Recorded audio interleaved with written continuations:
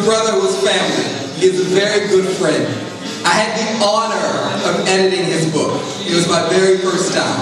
I personally think the book is quite ambidambious. To read excerpts from his first book of short stories, boy, pull your pants up. Everyone, please give it up for Will C. Y'all.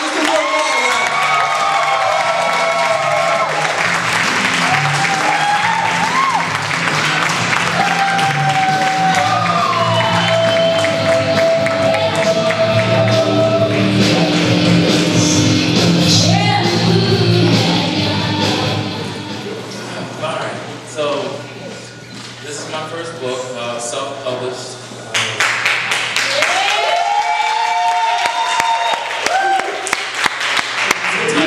Pull Your Pants Up. It's a book of short stories about STD and HIV awareness, but it's done in such a way where it's not so preachy. It's done very creatively, and I think, of course, there's not enough literature out there, you know. So. Get started. The first story that I'm going to read from is called Bad Blood. I came home from work one night and the kid was sitting in the middle of the floor in tears. "Baby, what's wrong?" I asked. "Nick, I just lost my job. They fucking laid me off and all they could give me is 2 weeks severance package. I've been with that company for 10 years. Honey, we'll be okay. I'll take care of you. You know that," I said as I held my arms around her. "Nick, we have so many bills. I just brought that new Mercedes. I don't know what I'm going to do," she replied. "I will take care of everything, baby, and you will find something soon. Not with this crazy-ass economy. Baby, come on, let's just go to bed. It's getting late. We will work this out." The next month was really rough on the kid, trying to transition from having a job to being a housewife and searching for work. It was Tuesday night. The lightning lit up the sky. The rain crashed like waves hitting against rocks. The thunder hit like a bass drum, and then the phone rang, making me jump out of my sleep. The kid woke up scared from the thunder and grabbed onto me like a leech. "It's 1 in the morning. Who could be calling at this hour?" I said as I wiped my eyes. She reached over me to answer the phone. "Hello?" Whoever was on the other end made my wife look like a straight zombie. She dropped the phone. I could see the tears building in the wells of her eyes, from the lighting shooting through the sky in the window. She screamed to the top of her lungs and jumped out of bed and collapsed on the floor. I picked up the phone, but by the time I picked it up, whoever it was hung up. All right. Now, even though the short stories didn't cut so much. All right. And I'm gonna just do one more because of the time. All right. This one's a little graphic.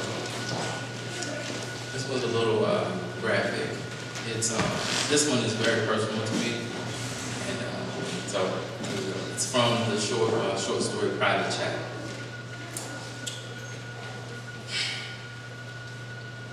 Just then he grabbed me and pinned me down.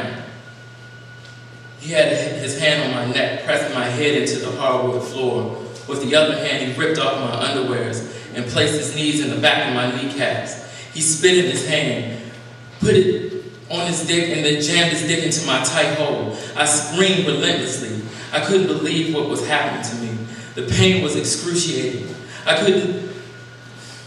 felt like he was ripping my insides to shreds. The pain lessened as I became lubricated by my own blood.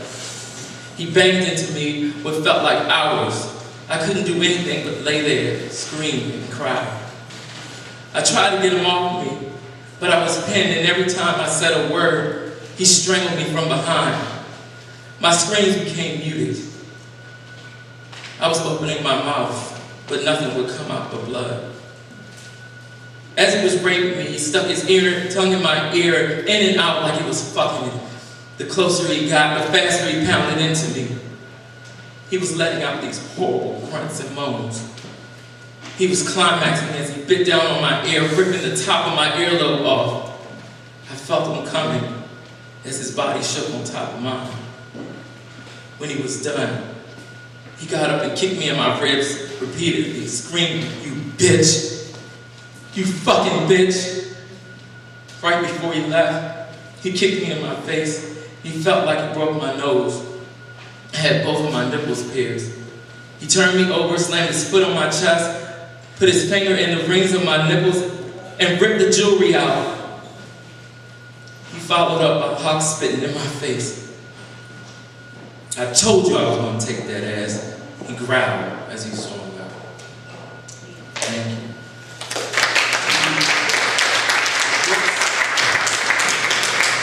The books were on sale for $15, and I also did a webisode, which is a trailer for the book.